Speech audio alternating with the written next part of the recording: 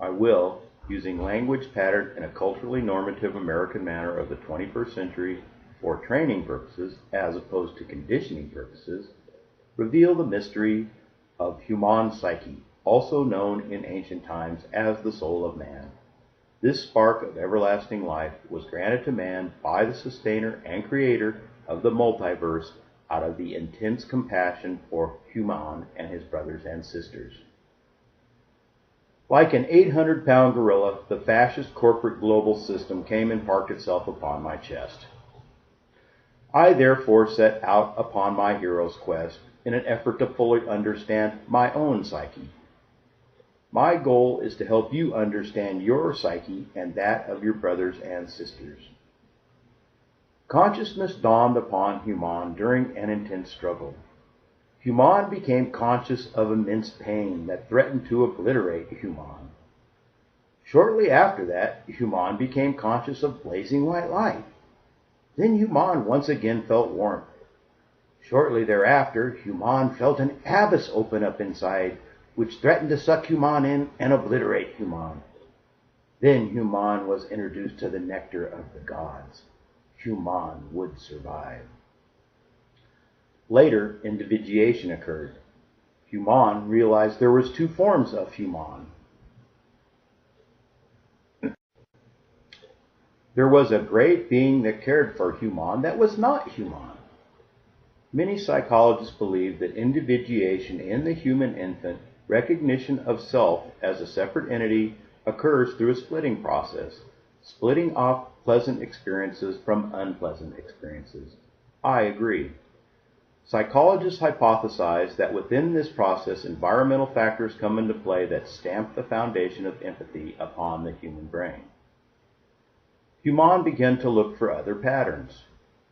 Pattern recognition, which all animals share in common, allowed Human to predict future occurrences based on current observations.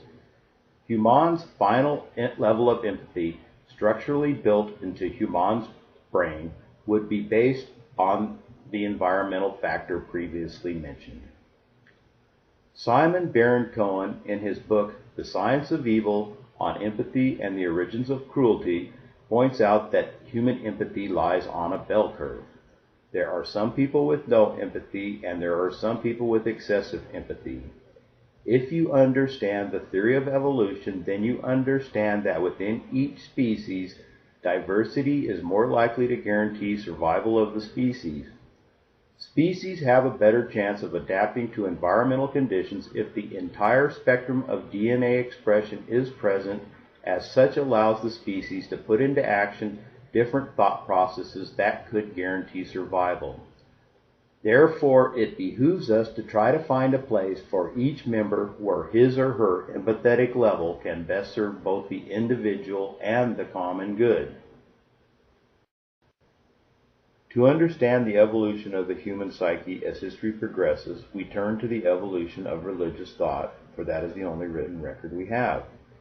The Metamorphosis of Apuleius, also known as the Golden Ass, is designed to convey esoteric knowledge even though it is presented as the only fiction of the ancients. Let us start with the voice of primitive Shaman, Human's cousin, for simplicity's sake. I was born. I grew. One day I noticed girls. Shortly thereafter, in an initiation ceremony, a monster attacked me and ate me. I died, and they buried me, but our God rescued me after 3 days. Our God breathed new life into me. He saved me from monsters. Our God taught us to share. Mircea Eliade states, the novice's death signifies a return to the womb. In the puberty rites, the novices are made aware of the sacred value of food and assume the adult condition. That is, they are no longer dependent on their mothers and on the labor of others for nourishment. Initiation, then, is equivalent to a revelation of the sacred, of death, of sexuality, and the struggle for food. Only after having acquired these dimensions of human existence does one truly become an adult. The boys die to their profane condition and are resurrected into a new world. For Through the revelation they have received during their initiation, they can perceive the world as sacred, a sacred work, a creation of the gods. The novice has gained access to the sacred.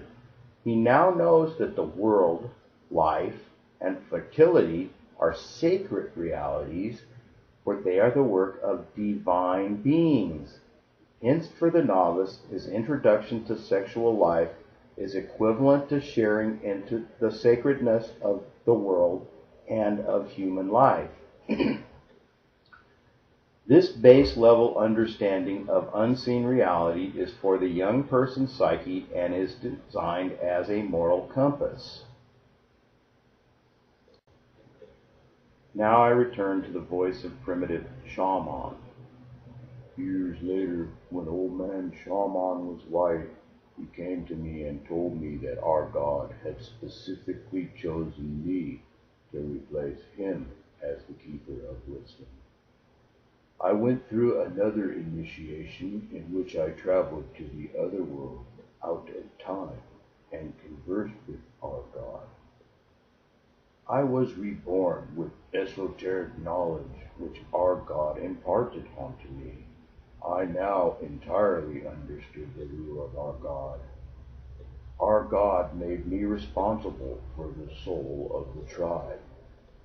Our God takes the warmth and light away at night, but always returns it after a short period of cold and dark.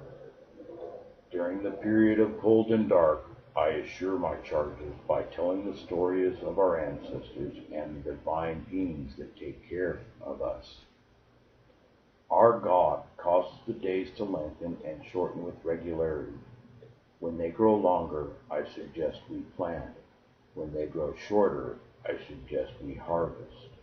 I know many, many more things, too numerous to list here, but the tribe depends on me for my knowledge. Mircea Eliade comments on about the second stage of initiation, where the adult tribe member becomes the tribe shaman. One common characteristic emerges. Access to the sacred and to the spirit is always figured as an embryonic gestation and a new birth. Every initiate in this category is twice born. A life that begins in this absolute sense is equivalent to the birth of a world. For the primitive to be alive is to share in the sacredness of the world. The return to the womb, rebirth, implies the abolition of time that has passed and a return to the beginning, the desire to begin a fresh existence. The highest level of understanding of unseen reality, as within, so without, is for the mature psyche and is related to timeless wisdom.